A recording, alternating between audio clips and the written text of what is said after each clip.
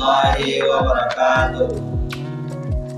Baiklah, kami dari kelompok 8 akan menyampaikan hasil diskusi kami pada kali ini.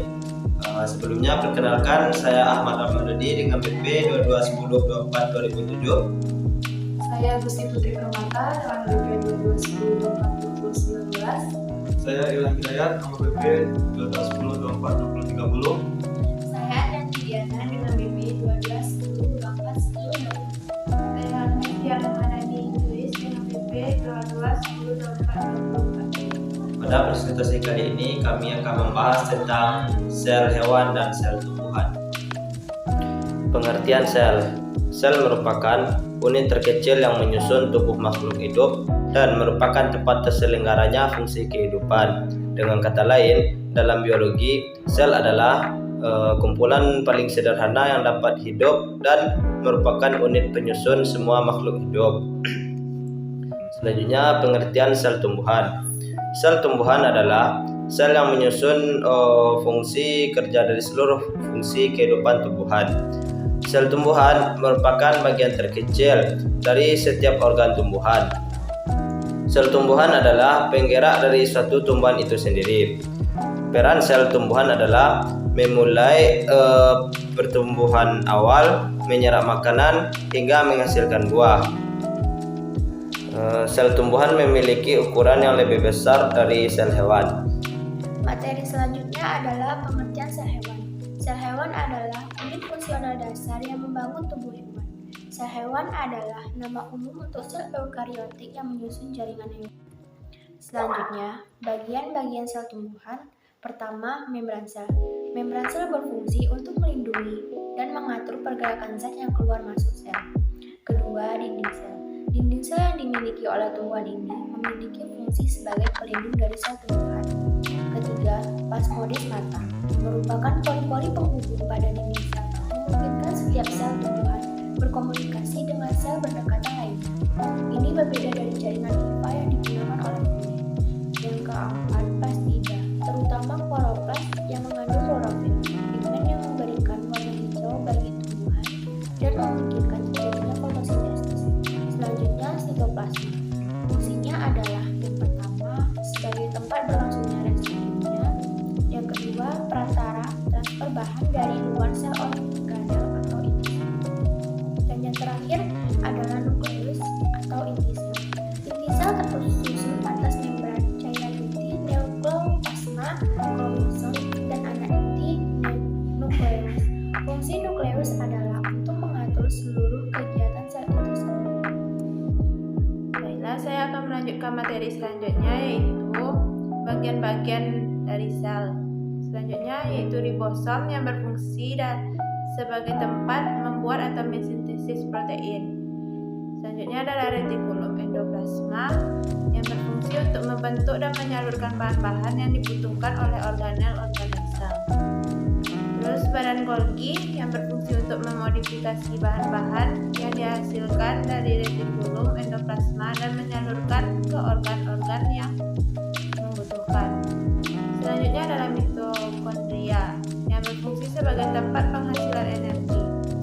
Terus selanjutnya adalah peroksisom yang berperan dalam fotorespirasi bersama dengan dua organel sel lainnya, yaitu kloroplas dan mitokondria, membentuk rangkaian kerja 3 ini. Selanjutnya adalah vakuola.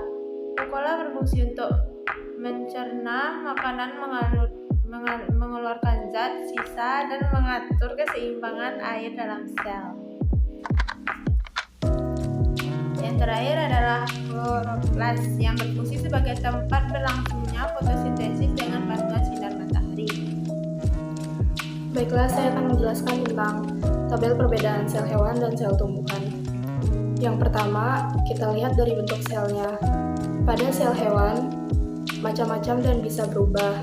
Pada sel tumbuhan, bentuknya itu kaku dan jarang berubah. Selanjutnya kita lihat dari ukuran sel. Pada sel hewan, ukurannya itu kecil, sedangkan pada sel tumbuhan, ukurannya besar.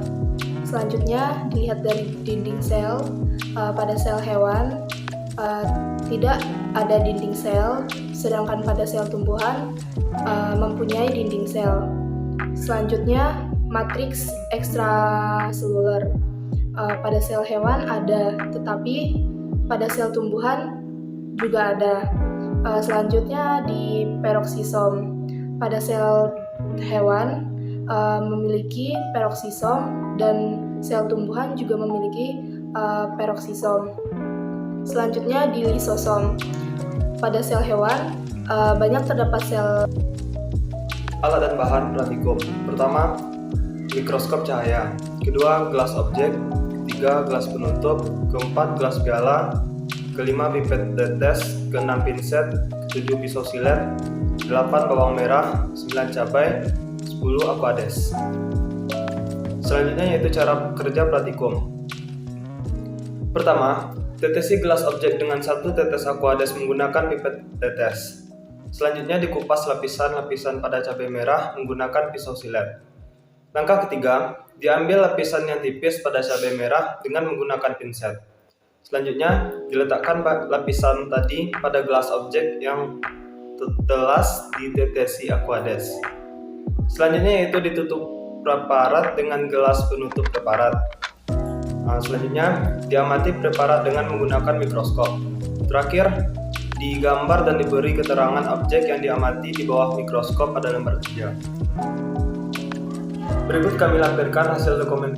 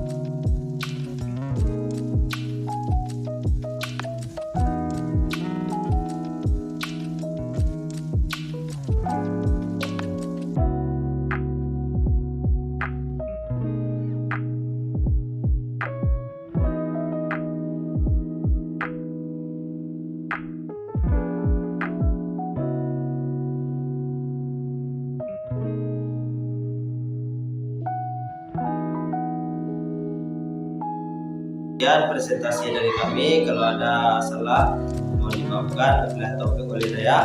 Assalamualaikum warahmatullahi wabarakatuh.